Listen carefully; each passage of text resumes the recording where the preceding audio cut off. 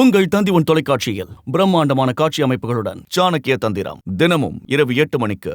புழல் சிறையிலிருந்து காட்சிகளை பார்க்கின்றோம். அங்கேயே கூட பட்டாசு வெடிக்கிறாங்க, இனிப்புகள் வைத்து கொண்டாடுறாங்க.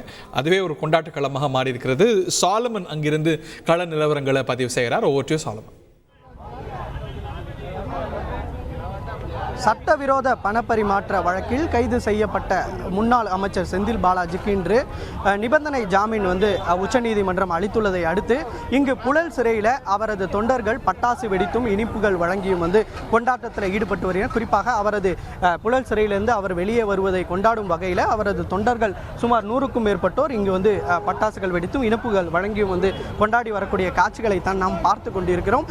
குறிப்பாக அவருக்கு நிபந்தனை ஜாமீன், அதாவது வாரந்தோறும் திங்கள் மற்றும் புதன்கிழமை ஆகியோரில் அமலாக்கத்துறை அலுவலகத்தில் அவர் கையெழுத்திட வேண்டும் என்ற உத்தரவையும் மற்றும் 25 லட்சம் ரூபாய் நிபந்தனை போன்ற தொகையும் நிபந்தனை ஜாமீனில் அளிக்கப்பட்டுள்ள நிலையில் கடந்த ஒன்றரை வருடங்களாக இந்த புழல் சிறையில் தான் இவர் தண்டனை அனுபவித்து வருகிறார். அதில் இப்போ தற்போது ஜாமீனானது வழங்கப்பட்டுள்ள நிலையில் அவர் அடுத்த ஒரு 3 மணி நேரத்திற்குள்ள ப்ரொசீஜர்கள் முடிந்த பின்பு அவர் வெளிவர இருப்பதாக ஒரு தகவலானது தெரிவிக்கப்பட்டுள்ளது. குறிப்பாக அவருக்கு 3 வகையான நிபந்தனைகள் வழங்கப்பட்டுள்ள நிலையில் தற்போது அவருக்கு நிபந்தனையானது வழங்கப்பட்டு தற்போது வெளியே வரக்கூடிய பணிகளில் ஈடுபட்டார். அதாவது அந்த உத்தரவு நகலானது நிபந்தனை ஜாமீன் அளிக்கப்பட்டுள்ள அந்த உத்தரவு நகலானது இந்த சென்னை மாவட்ட முதன்மை அமர்வு நீதிபதிக்கு வழங்கப்பட்டு அங்கிருந்து தான் தற்போது சிறைத்துறைக்கு அந்த நகலானது கொடுக்கப்படும். அந்த நகலை முழுவதுமாக பரிசீலனை செய்த சிறைத்துறை அதிகாரிகள் அதன் பின்பாக அவரை விடுதலை செய்வதற்கான பணியில் ஈடுபட உள்ளனர்.